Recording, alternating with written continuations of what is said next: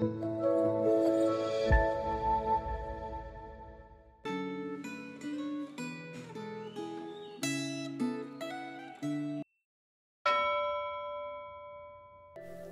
Bapak Ibu Saudara.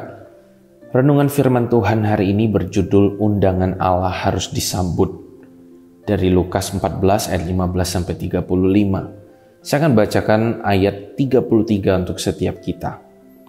Demikian pula lah tiap-tiap orang di antara kamu yang tidak melepaskan dirinya dari segala miliknya tidak dapat menjadi muridku.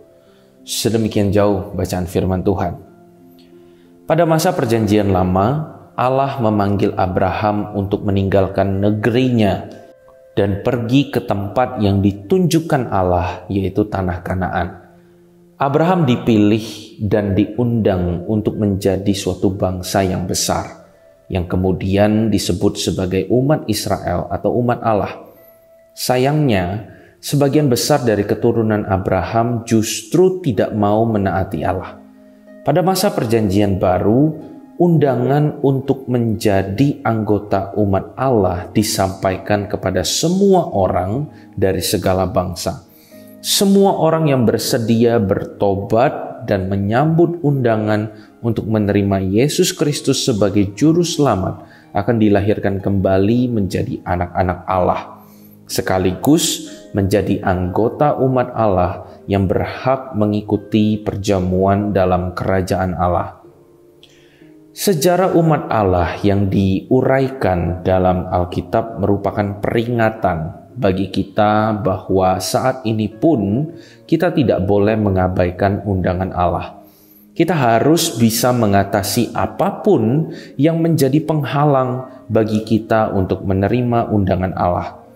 Kadang-kadang yang menjadi penghalang untuk menerima undangan Allah adalah orang-orang yang kita sayangi, yang berada di sekitar kita, termasuk orang tua, istri, anak, saudara laki-laki, atau perempuan, bahkan keegoisan diri kita sendiri. Supaya kita bisa mengatasi semua penghalang itu, kita harus memegang teguh keyakinan bahwa Allah harus menjadi yang paling utama dalam hidup kita. Kita harus menghormati orang tua, menyayangi istri atau suami, serta mengasihi anak, dan juga mengasihi saudara-saudara kita. Akan tetapi, semuanya itu tidak boleh menjadi penghalang bagi kita untuk mengasihi dan mengutamakan Allah. Bila kita tidak mengutamakan Allah, akan sulit bagi kita untuk menggarami atau mempengaruhi dunia, dan kita akan menjadi garam yang aneh. Karena garam yang normal tidak mungkin terasa tawar. Ada berbagai hal yang bisa menjadi penghalang bagi seseorang untuk menerima undangan Allah. Akan tetapi, penghalang itu bisa berbeda-beda bagi setiap orang. Tidak semua orang terhalang oleh keluarga.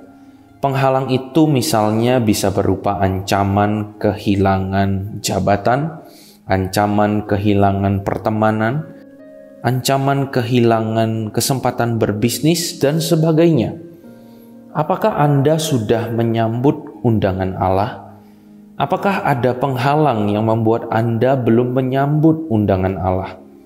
Apakah Anda berani menanggung resiko demi menyambut undangan Allah?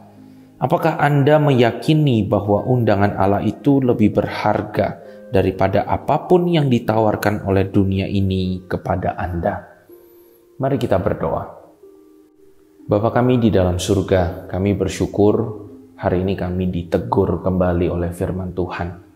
Benar, memang terkadang undangan dari Tuhan itu sulit untuk kami lakukan oleh karena ada penghalang dari dalam diri kami sendiri. Keegoisan kami, kepentingan kami sendiri.